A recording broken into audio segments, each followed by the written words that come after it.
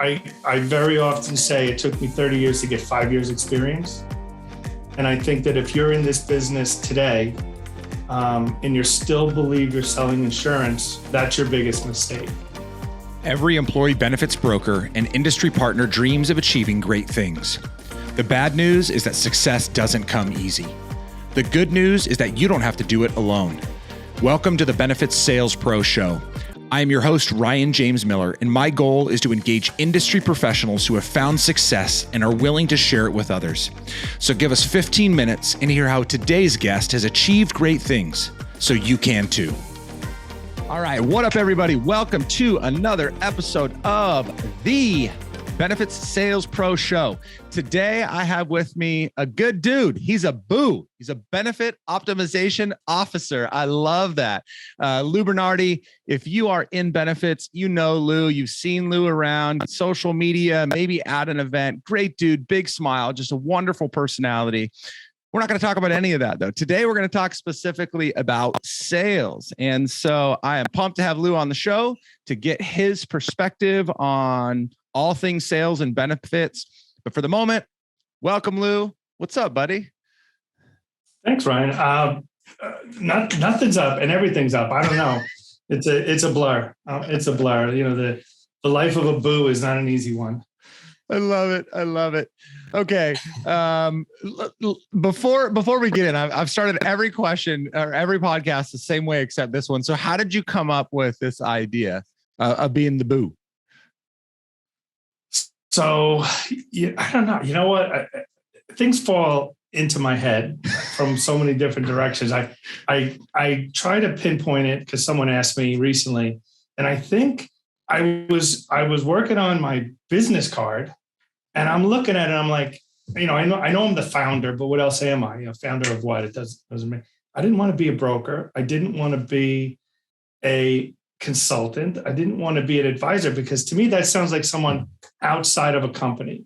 And I started thinking about, I might have got an email from an outsourced CFO or fractional CFO buddy of mine. And I say, that's what everyone needs. Every business needs someone who can optimize benefits. That was something I picked up from HR Advisor. And as I was reading all the criteria of optimizing benefits, I said, no one's doing that.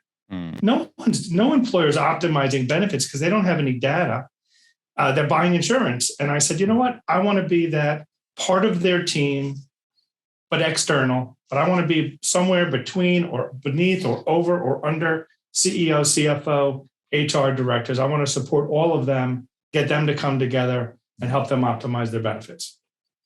That's good, man. They're the C level, you're the B level. So you're actually above them and they don't even know it. It's perfect. That's right. We're trying to figure out who the A is. Okay. So you have been in this industry a long time, but particularly today, we'll reach back into later in a little bit. But for now, what is your opinion of the sales environment today? So when you think about selling in the benefits world, benefits industry today, like what's your opinion on that?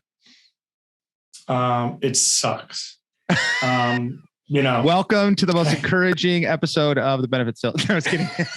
Well, sorry. All right. So let me expand on that. I love that. Well, you know, here's the thing. I'm writing a book and I'll never be finished with it because there's too much to do. But what I believe I need to instill in businesses, they've been groomed.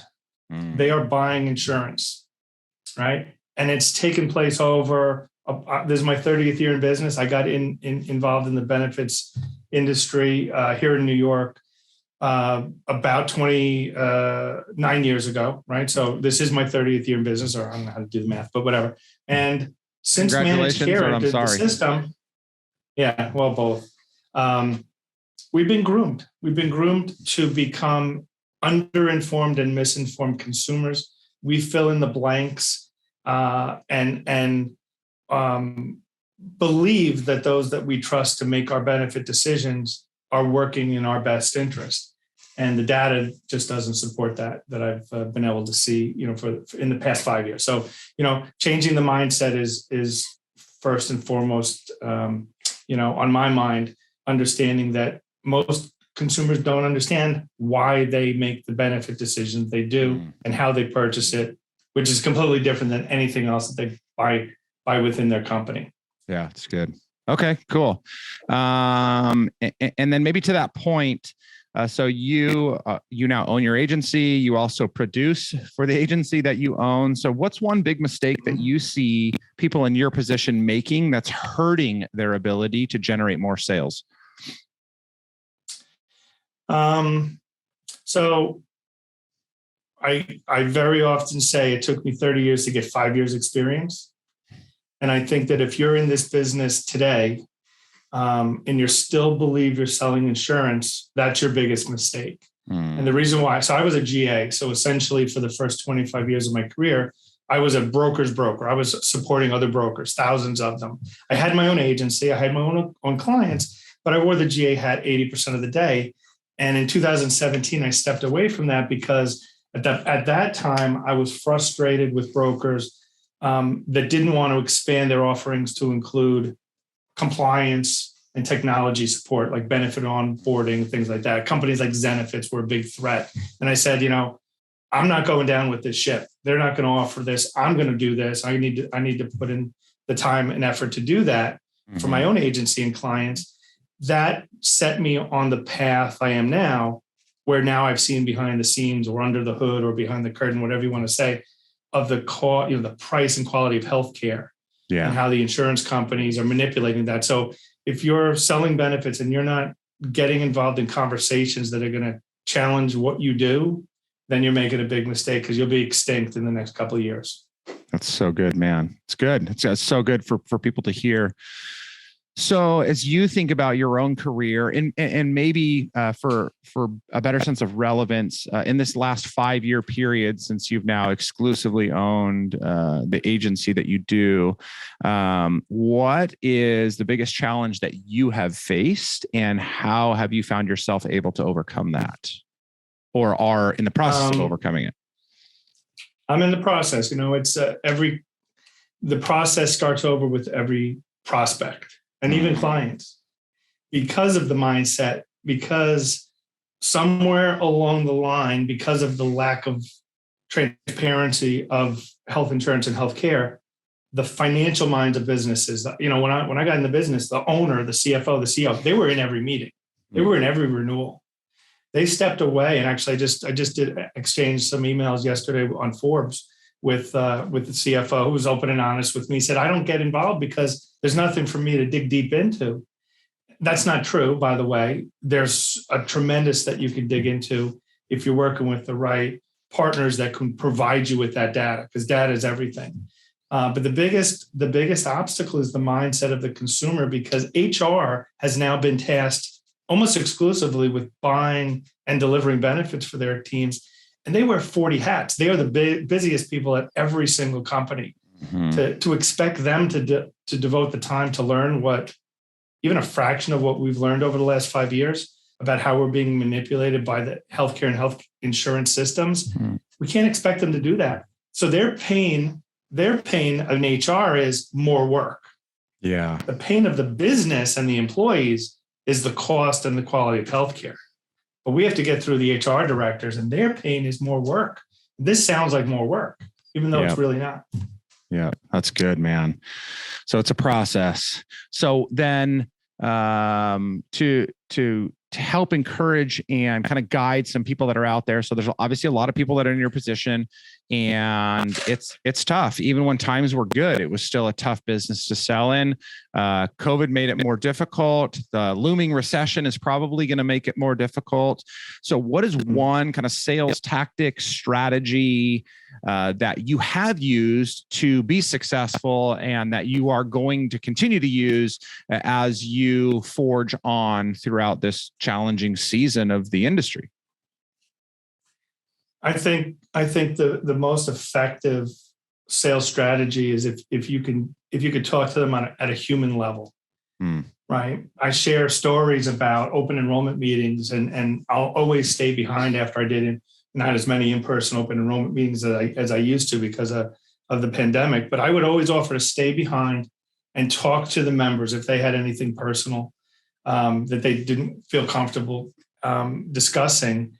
And this pay more, get less status quo fee for service managed care system is hurting people. And if you think about that, and if you think about your employees, and that this is the one benefit that impacts families. When you buy life insurance, that's your employee. This impacts their families. They're not filling their medications. They're not going to their doctor's office, or they're doing all those things and that not going on family vacations, right? They can't afford, to do the things that I think, kind of should be, something that's essential to every family, just being able to spend time together. People are working 2-3 jobs because they can't afford the benefits. They can't afford the healthcare. We could erase all that by just eliminating all the waste of the system. So connecting with the benefit decision makers on that level is crucial. Once you do that, it's hard for them to go back to doing business the way they are now. Yeah, it's good. And Lou, I don't say this much on this podcast. I mean, I've paid some compliments from time to time, but I think that's one thing that I really appreciate about you. And I think that's one thing that a lot more of your peers could learn from you. I remember we've known each other for a while through social media, but it wasn't until earlier this year, 2022, that we got a chance to sit down over a drink and talk. And I got to know you. And I think that your heart, your deep desire to care for people, which you shared in personal stories with me about how you do that in your own personal life and with your family and in business. Man, you wear that with such an amazing badge of honor, and it's so obvious and transparent that I can see why that is a superpower for you and why you would encourage others. I mean, I try to encourage people all the time to just go out and be yourself and build human to human relationships. But I love the fact that in an industry where there is so much data, it's so just numbers driven that you can become a robot. And yet, while you are a smart data guy and you know what you're talking about, you have become such an amazing relational human being with people that I'm sure that is just, a significant benefit to you when you're out there selling. So maybe that's a way for me to say thanks for doing that. Also to other people out there, that are watching and or listening to this. I would encourage you, if he's got the time, is to reach out to Lou and just to learn more about him and maybe have him encourage you a little bit more around just being a person. I know we all kind of think we're that way. Yeah. I don't think that we all end up being that way, because once we get into that sales mindset, it just turns into a go, go, go, go, go. And we kind of lose that. So, okay. Last question for you, buddy. So you have been in this business 30 years. And so what is one piece of advice that you would have given yourself 30 years ago to be more successful today? It's funny because it ties into the last comment you made. I did not make one friend in the industry in my first 25 years in business. Whoa. I didn't socialize. I didn't network. I sold insurance. I had thousands of brokers, but very few. I mean, I spoke to them on the phone, but I didn't have any relationships with people.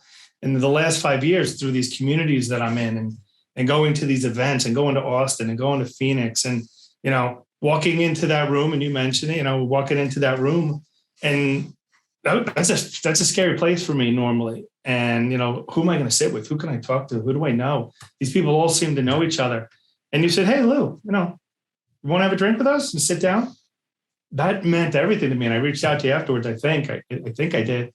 That means the world to me. The relationships that I'm making through LinkedIn, these events, they're fulfilling for me.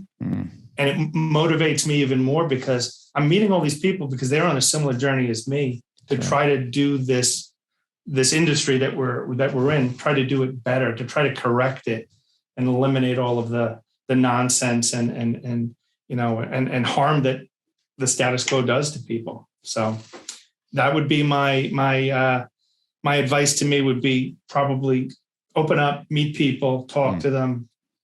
Probably could have started this journey a little earlier. Such a good way to end, man. That's a great encouragement for other people out there, whether you're a year into the business or 30 years into the business, I think that we can do a much better job of deeply investing into each other to fill our soul, to fill other people, to encourage one another together, to get onto this journey together, because it's a pain in the ass sometimes. But if you're doing it with people that you value and appreciate and enjoy, it sure makes it easier when times get tough. So that's awesome, man. I love that. Well, thank you for that bit of wisdom. I'm sure it's going to be super beneficial to everybody else. If you're out there listening or watching right now, you can connect with Lou, and we'll make sure to put his contact information into the show notes, as we always do. If you have feedback for me, you know where to find me. If you would love to be a future guest on the podcast or on this show, or you know somebody that would, make sure to reach out to me and we can connect that way as well. Share this with a friend. Do me a good. Until next time, get out there, do the best you can, smash them goals. And as my boo Lou would say, go be a good human in the process. Thanks, Lou. Talk to you guys soon. That's right. Thanks, Ryan. I appreciate it. Thanks so much for checking out this episode of the Benefits Sales Pro Show. Please make sure to like this episode, subscribe to the channel, and share it with your friends. I also invite you to check out thebenefitsalespro.com. We have created a digital platform that includes both live and on-demand video trainings, quick tips, and a multitude of branding, prospecting, and selling resources that are downloadable for you today. So visit www.thebenefitsalespro.com and grab a free copy of the High Performance Sales Playbook while you're there.